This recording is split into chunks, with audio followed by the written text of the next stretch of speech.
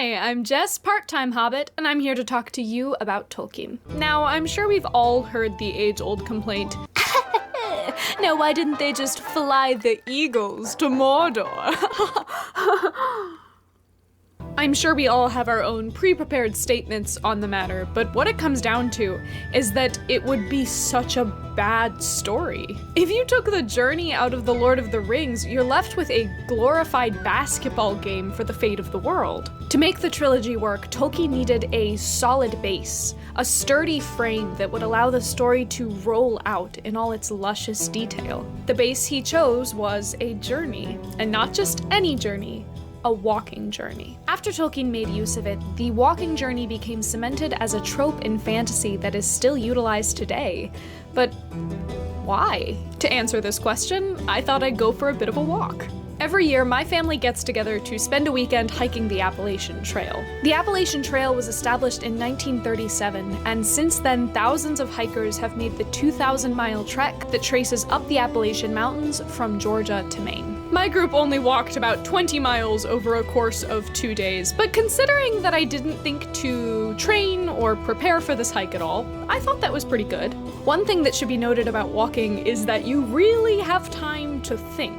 And when your feet hurt as much as mine did, you really start thinking about why we do this walking thing at all. And as it turns out, there's no concise answer to that. For decades, the scientific community thought that it was the size of the brains of our early human ancestors that set us apart from other creatures, but within the last century or so, that mentality has slowly begun to shift. The popular belief is now that bipedalism, or walking on 2 legs rather than 4, was the first thing that set early humans apart, and was the first domino in the long chain of evolutionary history that brought us to where we are today. There are numerous theories that fly around about precisely why early humans developed this trait, and we may never definitively prove any of them. However, the evidence clearly shows that 7 million years ago, human ancestors began walking on 2 legs. We slowly lost the long fingers and toes that we had used to climb trees, and early human ancestors left the forests and began spreading into more diverse climates and environments. Walking, particularly the way that humans walk, is an inherently precarious act. All other bipedal animals have a tail for stability, but not humans. We choose to test gravity with every step,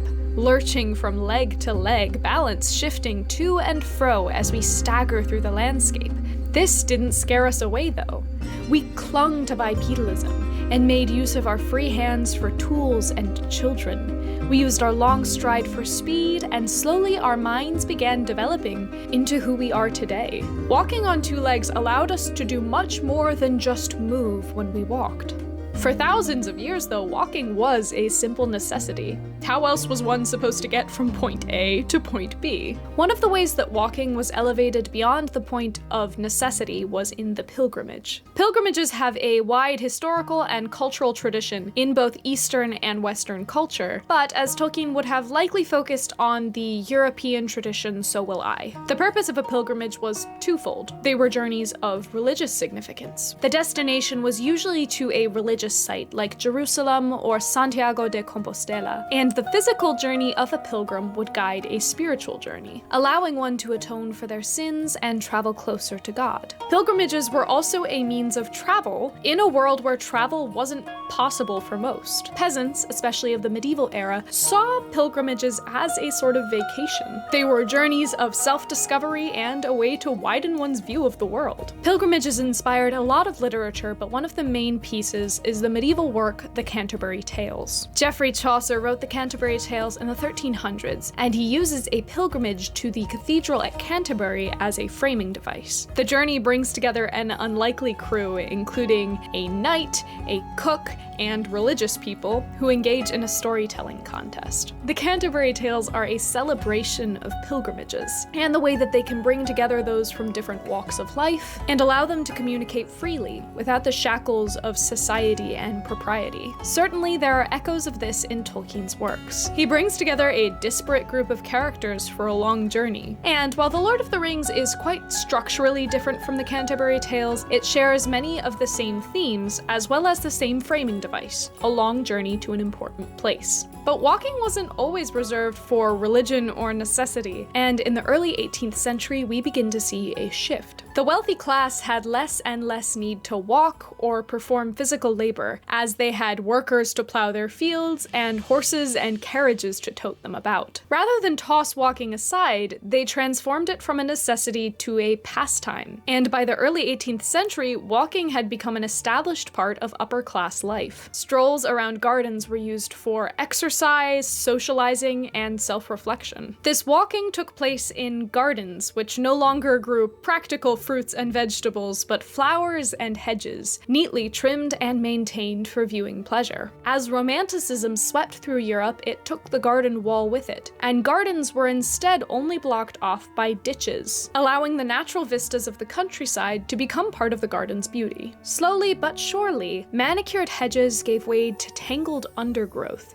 and the garden and the natural world melted together. Walking in the countryside, which had once been reserved for vagabonds and thieves, slowly crept into the interest of all society. Poets like William and Dorothy Wordsworth, and later Henry David Thoreau, used poetry to glorify the natural world, and their fascination would become the new norm. Walking established itself as a popular pastime, unique in that it was available to people of all classes, not just those that had money. What started out as simple strolls became much more for some individuals.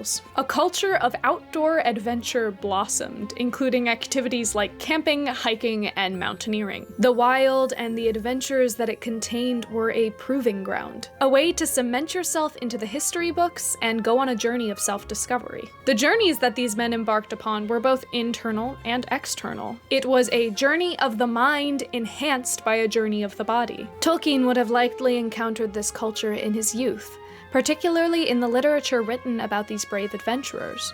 The writing describes their harrowing, dangerous trips, the vistas they saw, and the way that they had changed upon returning home. These same themes are reflected in his work, particularly in the way that the hobbits are transformed throughout the course of the adventure. Although much of the Western world had moved past simple walking into the more nebulous outdoor adventure, England was still fixated on the concept of the simple countryside ramble. However inherently simple the act may have been, having access to the countryside was far from simple. Beginning in the Norman invasion of England in 1066, the public countryside of England began to be divided up, the parcels of land handed off to those wealthy enough to afford them. For a time this was bearable, since numerous paths crossed through this private land. Though the land was private, these paths were widely accepted as public, allowing workers and ramblers alike to pass freely through the countryside. However, by the 19th century, hunting had become a feverish passion amongst the wealthy class, and land was further split up into private hunting grounds. This led to the establishment and enforcement of new laws that placed a chokehold on these once semi-public walkways. At the same time, in cities, life was only becoming more congested. With the Industrial Revolution came more and more low-class people packing into cities. And with quality of life in these industrial hellscapes at an all-time low, many sought the freedom of strolling in the countryside on their days off. The movement began slowly, barely even recognized as a socio-political movement in its conception. Walking clubs, which were already popular throughout Europe, allowed men and women to travel together in groups, making them less of a target to resentful landowners. A Sunday stroll was a form of resistance in itself, pushing back against the strangulation of public land by the landed gentry. This is the culture that Tolkien grew up in. He spent his youth in the English countryside and was later forced to move into the city, and he often writes about what a difficult transition this was for him. He naturally would have had a yearning for open, available countryside in which to wander, not divided by public property lines and governed by strict laws, but open and free. Thus was born Middle-earth, where the wide countryside was unimpeded by law or land divides. Needless to say, it's unsurprising that walking became the linchpin of Tolkien's trilogy. But why has this trope lingered on, even as life has sped up and many people only ever walk the distance from the parking lot to their destination? More than ever, I think we yearn for the slow, ponderous pace that is so inherent to walking. Walking provides the perfect environment for other things to happen. It gives you room to think, room to look, room to speak. It slows life down into moments, into heartbeats, into steps, one in front of the other for days or weeks on end.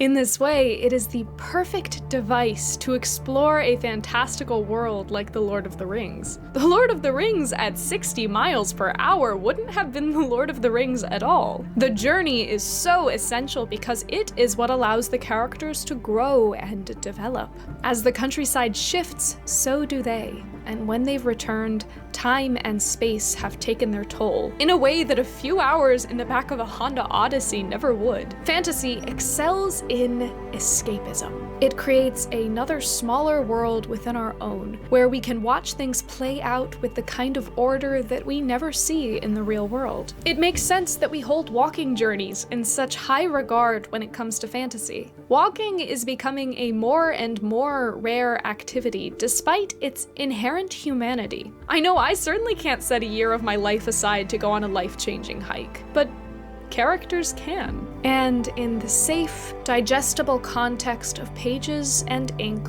we can travel with them. We can experience the freedom of an unimpeded countryside. We can feel the passion of adventure. We can walk with them through the physical and spiritual transformation of a journey. We can walk just as our ancestors did, defying gravity in order to do something more than just move. Fantasy stories enhance the beauty of a walking journey into something transcendent, and Tolkien's work was one of the first to place it upon this pedestal, showing how walking can move much more than just your feet. I really hope you guys enjoyed this video. Give this video a like if it made you want to go for a walk, and leave me a comment telling me your favorite place to hike. Make sure you subscribe so that you don't miss a single one of my videos. We just hit 200 subscribers last week, which is absolutely fantastic, and I am so grateful to each and every one of you that has decided to join this lovely little community. Thank you all so much for watching, liking, and subscribing, and I hope that you all have a very happy, hobbity day.